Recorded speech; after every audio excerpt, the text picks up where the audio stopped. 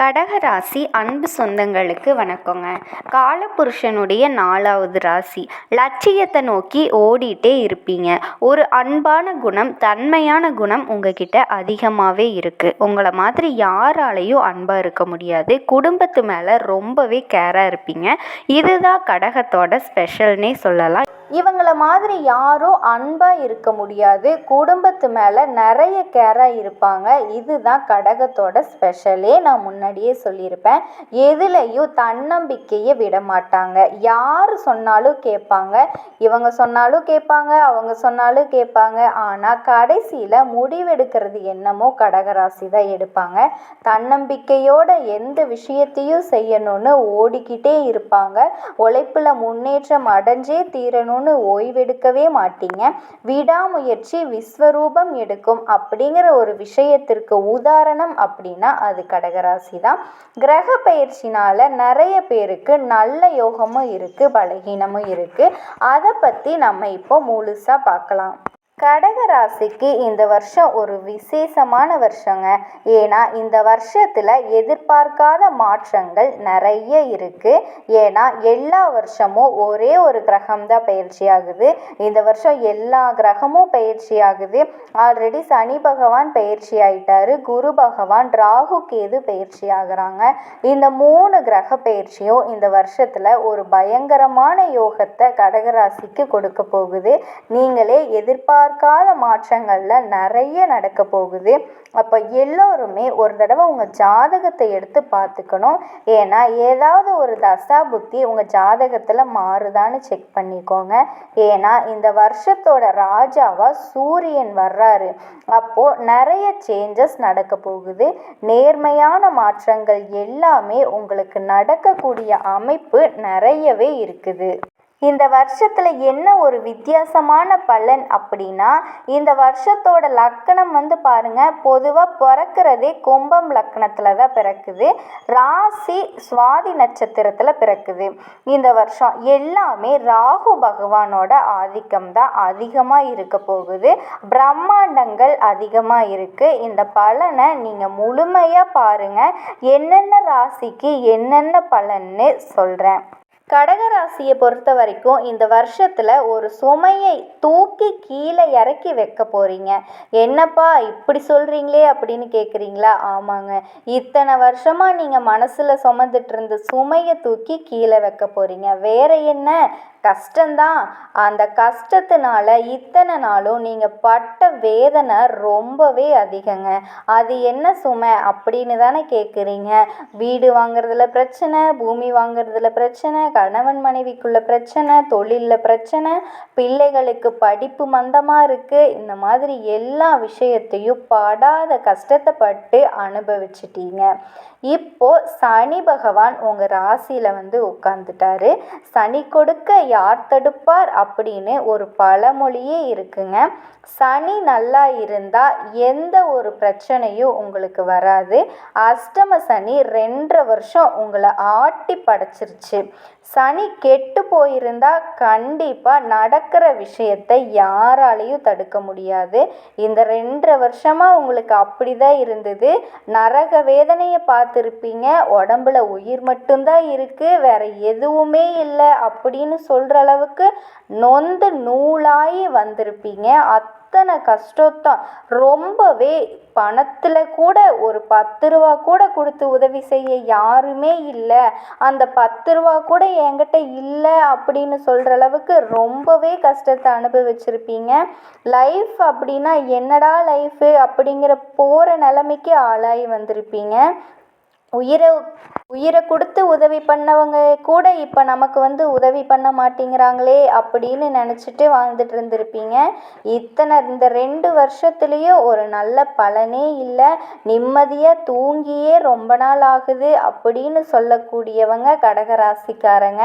கவலையே படாதீங்க. இனி வரக்கூடிய நாட்கள் உங்களுக்கு அவ்வளவு அமோகமாக இருக்குது. ஏன்னா உங்கள் ராசியில் கிரக அமைப்பு அவ்வளோ நல்லா இருக்குது. இனி வரக்கூடிய நாட்கள் உங்களுக்கு வெற்றி மட்டுமே கிடைக்கும். ஏன்னா சனி பகவானால் உங்களுக்கு அத்தனை நல்ல விஷயம் நடக்க போகுது.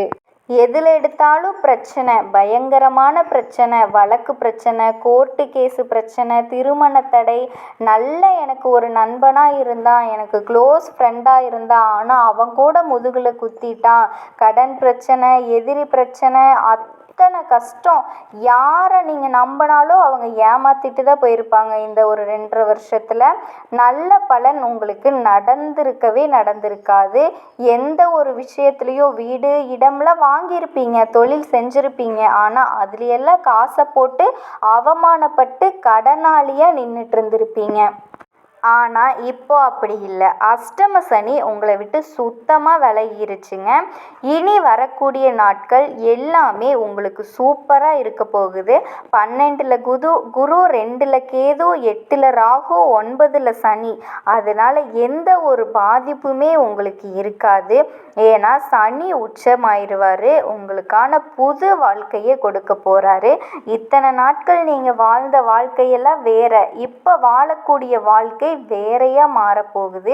ராகு இருக்கும்போது நீங்கள் எதை நினச்சும் கவலைப்பட வேண்டாம். நல்ல எதிர்காலம் சனி பகவானால் இருக்குது.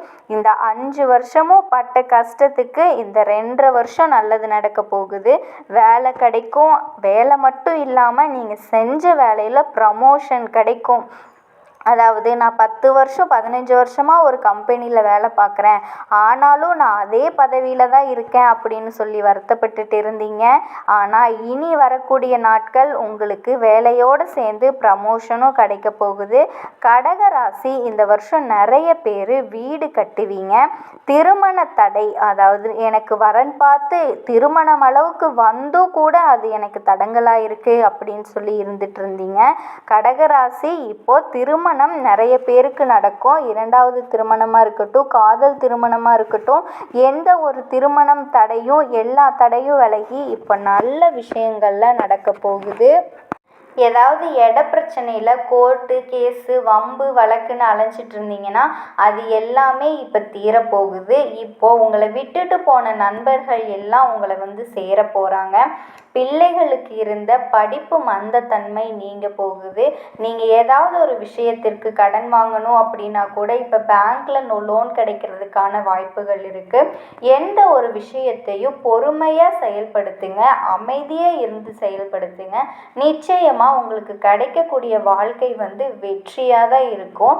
ஏன்னா இது எல்லாத்துக்கும் ஒரே ஒரு காரணம், சனி உச்சமாயிருவார். கண்டிப்பாக புது வாழ்க்கையை உங்களுக்கு கொடுக்க போகிறாரு.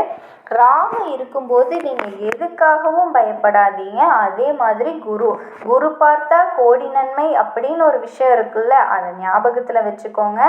லாபம் உங்களுக்கு நிறைய விஷயத்தில் கிடைக்க போகுது. இந்த 5 வருஷமாக நீங்கள் பட்ட அத்தனை வேதனைக்கும் இப்போ விடிவு காலம் பிறக்க போகுதுங்க. உடம்பில் இருக்கிற எல்லா பிரச்சனையும் நீங்கி மருத்துவ செலவு இந்த விஷயம் எல்லாமே விலகி இனி நீங்கள் சேர்க்கக்கூடிய விஷயம் எல்லாமே உங்களுக்கு நல்லதாக தான் இருக்கும். இப்போது நட்சத்திர பலன் பார்க்கலாம். முதல்ல மகம் நட்சத்திரம். எந்த ஒரு விஷயத்தையும் பார்த்த உடனே செய்வீங்க. ஞானம் உங்களுக்கு அதிகமாக இருக்க போகுது. இனி வரக்கூடிய நாட்கள் ராஜா மாதிரி இருக்க போகிறீங்க. என்ன கேது கொஞ்சம் மருத்துவ செலவு கொடுப்பாரு, அவ்வளோதான். புனர்பூசம் ரொம்ப பொறுமை, அடக்கம், ஒழுக்கம், நிம்மதினா அது உங்ககிட்ட தான். இந்த ஒரு விஷயத்தினால நிம்மதி அடைகிற ஒரே ஒரு நட்சத்திரம் புனர்பூச நட்சத்திரம் தான். உங்களுக்கு எந்த ஒரு விஷயத்துலையும் இனி கவலைப்படணுங்கிற அவசியம் இல்லை. பூச நட்சத்திரம் அஷ்டம சனினால் நிறைய கஷ்டத்தை அனுபவிச்சிட்டீங்க. இனி வரக்கூடிய நாட்களில் புகழ் உங்களை தேடி வரப்போகுது. நீங்கள் தேடி போகணும்னு அவசியம் இல்லை, உங்களை புகழ் தேடி வரும். ஆயில்யம் நட்சத்திரத்தில் பிறந்தவங்களுக்கு அறிவுக்கேற்ற அனுகூலம் நிறைய இருக்குதுங்க. சந்தோஷம் நிலச்சி நிற்க போகுது. ஆக மொத்தம் கடக ராசி சொந்தங்களுக்கு இனி வரக்கூடிய நாட்கள் எல்லாமே கடவுளோட அருளாசியால் நல்லது மட்டுமே நடக்க போகுது.